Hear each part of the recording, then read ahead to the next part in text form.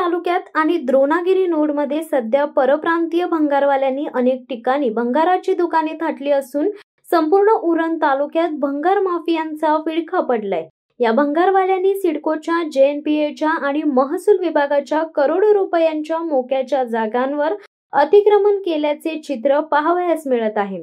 या भंगारवाल्यांच्या दुकानामधून चोरीच्या मालाची मोठ्या प्रमाणात खरेदी विक्री होत असल्याने चोरी केलेला माल सर्रासपणे भंगार व्यावसायिकांना विकत असल्याचे दिसून येत आहे। एकंदरीत अशा भंगारांच्या गोदामामुळे स्थानिक तरुण कामगार वर्ग हे गुन्हेगारीकडे वळत असल्याचे दिसत आहे। उरण तालुक्यातील सिडको, महसूल आणि सार्वजनिक बांधकाम विभागाच्या जागेवर भंगारवाल्यांची दुकाने सुरू झाली असून अनेक शासकीय जागांवर या भंगार माफियांनी आपला ताबा घेतलाय। उरण शहर, JNPA बंदर परिसर, उरण पनवेल रस्ता, खोपटा पुलापासून ते नवघर व पुढे नवघर ते IOTL कंपनी, दास्तान फाटा ते दिघोडे, गव्हाण फाटा ते चिरनेर, कोपरोली पर्यंत आणि द्रोणागिरी नोड मधील अनेक भंगारांची दुकाने दिसून येत आहेत। हे बहुतांशी भंगारवाले परप्रांतीय आणि मुस्लिम समाजाचे असून एखाद दुसऱ्या स्थानिकाला हाताशी धरून ते त्या व्यवसायात आपला जम बसवत आहेत। जास्त पैसा कमवण्यासाठी हे भंगारवाले कोणतेही धोकादायक वस्तू खरेदी करायला मागे पुढे पाहत नाहीयेत। काही वर्षांपूर्वी उरण तालुक्यात अनेक ठिकाणी रॉकेट लॉन्चर्स सारख्या वस्तू पोलिसांनी जप्त केल्या होत्या।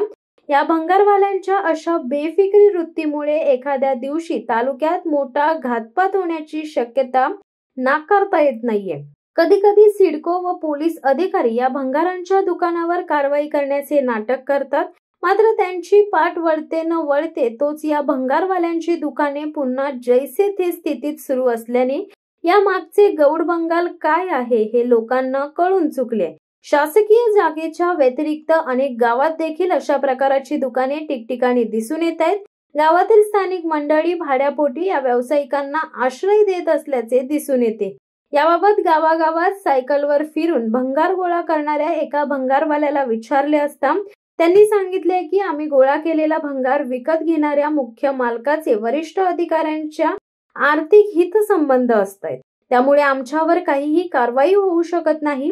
तसेच गावातील तरुण व कामगार वर्ग हे आपापल्या ठिकाणाहून माल चोरून सदर भंगाराच्या गोदामात विक्रीसाठी घेऊन येतात, त्यांना त्या बदल्यात पैसे मिळतात। काही दिवसांपूर्वी उरण मधील काही तरुणांनी गाडीच्या बॅटऱ्या चोरून विकल्याचे प्रकरण देखील समोर आले होते। तरी स्थानिक तरुण कामगार अशा प्रकारच्या चोऱ्यांकडे वळण्या अगोदरच स्थानिक ग्रामपंचायत, लोकप्रतिनिधी व पोलीस यंत्रणेने खबरदारी म्हणून भंगार व्यावसायिकांवर कारवाईचा बडगा उगारणे गरजेचे आहे। उरण तालुक्यात भंगार माफिया व्यावसायिकांनी आपले बस्तान बसवले।